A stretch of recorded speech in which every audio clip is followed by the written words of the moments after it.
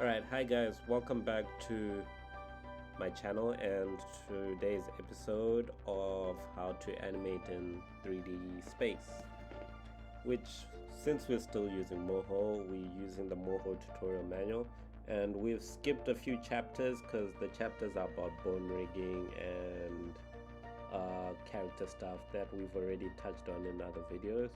On my channel you can actually go see them out, how to rig and other stuff, and some stuff we'll revisit later on, but I thought since we're in the 3D process we might as well complete another 3D exercise.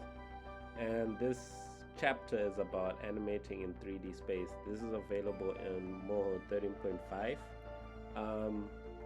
and it's also a pro version feature, so if you do not have pro you won't have this. So it's basically about, this tutorial will show you how to build and move around in a 3D space scene in Moho. Moho isn't a full 3D program. Layers in Moho are 2D planes that exist in a 3D space. However, by positioning these 2D layers carefully and moving around them using the 3D camera, you can create a convincing 3D environment. So here, my 3D environment is going to be a space scene, and as you saw in the intro, I had my space video, but as you can see, the planets will obviously, when you're in a ship, they'll probably be bigger or smaller from distance, but for the exercise we use planets, so just pretend they're meteorites or rocks in space, and yeah, or tiny planets of that size. Anyway, moving on. So just to show you how I created my stuff, I had all my artwork and it's all in one layer where you have all my planets there, the ones that are going to be seen, and I have my ship which is in its own layer, and then stars, sky, and sky which is going to be the floor. So the first thing we're going to do is create the base of the sky, a plane. It could be the ground, I guess. And when you go there, you go to the transform tool, and then you go to layer rotation, this one, and then you go on the XY, you put in -90, and that's on the X, and then the Y, it stays at 0. And then transform layer XY, you can go there and we reset this to 0, 0, and 0. And as to the project file, they tell us with the scene with the trees, we're just going to use those values, and they put in minus 0.25 on the y-axis, and on the scale it was at 5, 5, and 5. And then if we switch off this, we have this as our plane, and file, we can preview that and see how it looks. As you can see, it looks like that.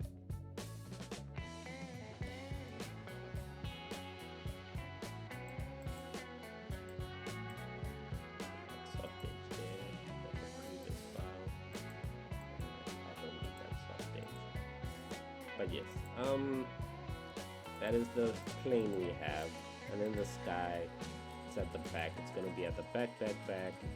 So we can give it a value of, maybe we reset it at 0, everything is 0, and then go maybe how far back we want it to be. We want it to be -4 back because it's at the back. And then that is our plane at the back. And the stars, will touch on them later. But we go into the planets, and we just start by resetting them. Reset, so everything is perfectly fine. And then so when you set up your planets, you just have to think which one's closer to the camera and which one is furthest away. So if you check the rotation to orbit workspace, and if you check this out, we can rotate and we can see where everything is. Everything is flat. Everything is flat. It's currently flat, but we can see where the sky is. It's behind, way behind where the planets are, and we can rotate that. Alright, so we go, our first planet is the moon. And then let's say we want to bring it, maybe it's the first planet we see as we're flying past, and we're gonna have it there, and then maybe it's at, yeah, let's stick to 0. Let's leave it at 0 on the z-axis, and then let's put minus, let's see what happens if we put 0 there, and then maybe put minus 0.2 there. Okay, and then so we have our moon there, that is the foreground, and then maybe Pluto is the furthest away. Reset, reset, reset, and we shrink it down. It's the furthest planet away, and we want it to be closer to the sky at the back. We put it -4, so we go transform layer, go to the z-axis and put it at -3, and then our planet, our Pluto, is the furthest away. We can check how far it is there. As you can see, it's there in the plane, and we're gonna reset that view again.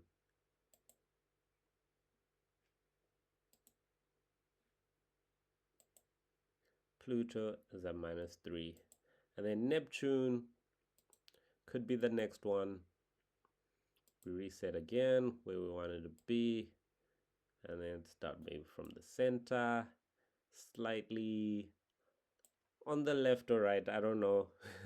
Maybe I'd have to do research on where each planet is in a straight line, which side it is on the left or right or whatever. But here we're looking at depth, and then so maybe we go minus, let's have it at minus 2.5 maybe. And then we can look, oops, at the rotate layer, and that's where it is. That's where Neptune is, and Pluto is a bit further back. And we can reset that view and maybe shrink it a bit more also. And then Uranus, we do the same. Maybe at -2. And I think it's fine where it is there. Saturn, we do the same. Minus, let's have it at -1.5.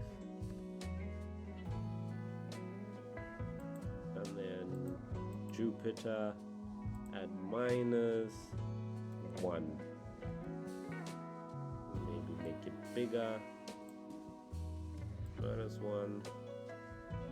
And have it there. And then Mars could be our closest one. We'll make it bigger. And then maybe put it at 0. I think 0 is fine. And then we could have it maybe here. So already we've created our plane of where everything stands. So you can always work on it wherever you want to place your planets further and closer as we work on that. Okay, and then we reset that view, and then once we've done that, we go to the planets again. Oh, we forgot our moon. So Mars can be there, Moon, it was at 0. Maybe we can put the Moon at 1.5, closer. And then what we do is we go into there, double click on the transform layer tool. Something in the manual book that says we should add the camera where it pivots, and then so we're gonna put pivot y-axis. I'm sure you can play around with all these pivots and see the different outcomes as we experiment later, or in your own time you can experiment with those and see how everything will show up. But we're just gonna follow the tutorial and put pivot yx and press apply, and also for the other one, pivot yx, apply, pivot yx, apply, pivot yx, apply, maybe pivot yx, apply, pivot yx, apply, and for Pluto, pivot yx, apply. Okay, so now you can use your camera and you can track these. So maybe you want to see where it's just the planets moving, you can track them up, down, up in that direction. You can also zoom into them and you have that plane of 3D space. And you can also tilt in a way that gives you access to that view. You can create a bit of angles, interesting angles with those views, foreshortening and stuff like that. So let's reset that. You can tilt camera, of course, and reset. You can rotate workspace. You see where everything is and how everything is facing. So we reset that and we're back again. So you can always experiment on which one you want to view. And let's say we put it on pivot X. See, it changes direction. If we put free pivot, I'm sure it gives another different effect when we rotate it some way.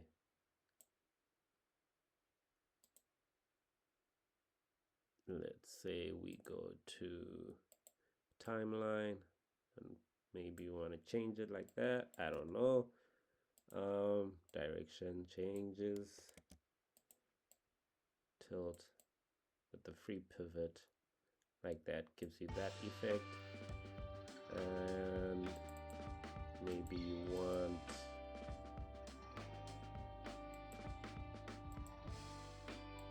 that, and so forth and so forth. You see, you just play around with them. So let's reset to what we've been told in the tutorial for now. Okay, and then that is how we have our planets in a 3D plane. And then if we add the ship, and then let's say we're moving forward with the ship, we can start our planets. And then we have our planets with a slight movement. Maybe they get bigger as we go past them. Like that. So already we have them coming towards us in that direction. So it gives the illusion the ship is moving forward. And then we can add the stars again. Also, these stars can be right at the back, and then maybe we want them at -3. The stars at the back also.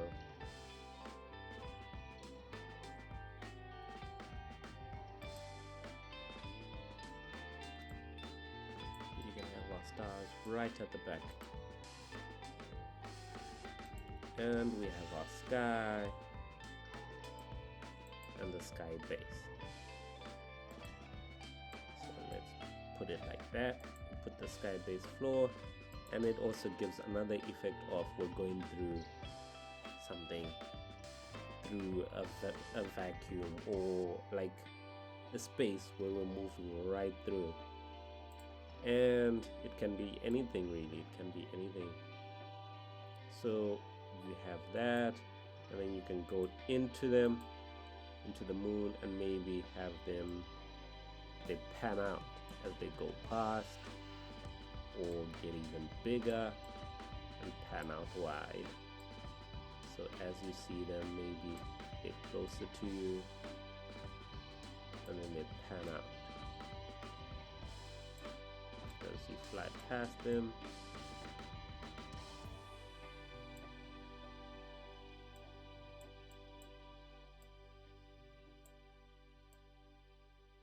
as you fly past them, you go to Mars.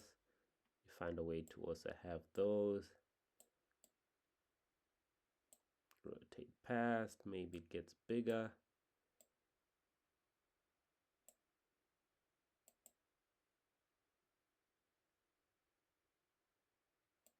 And of course you can play around with the speeds when one comes with linear ease in, lean, and so forth. And maybe this one goes down and gets bigger again when it goes down.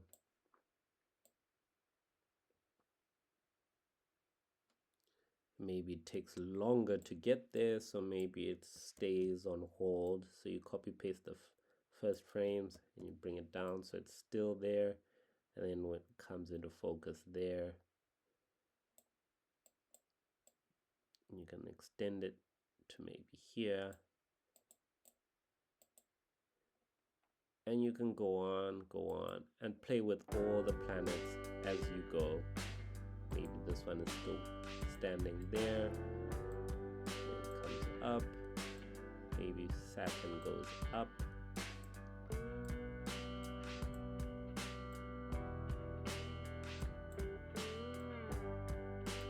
like that.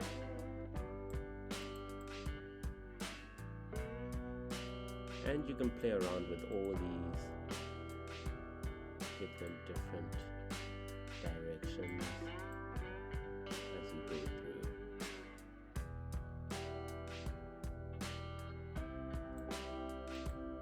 And then entirely you can also play with the angles it's coming in from. Maybe you want a different angle, so you go to the rotate layer tool. You want them to move from that angle, and then they can come forward like that. Or you want to rotate from that angle, you want to play with that angle, so you can play with that and like that. And then you can click here, depth sort layers by depth, apply, and it also gives even more depth. Okay, so you can play around with that and give more energy, more different planes with depth sort. You can really mess around with that and find different avenues and create your 3D planes. And it's really fun. It's really fun. So that is how I did my scene at the beginning, and hope you enjoyed it, and hope to see you in the next one, where I don't know what we'll be doing, but hopefully what the next chapter comes and I'll make something up for you and we can really create something really cool. And thanks again.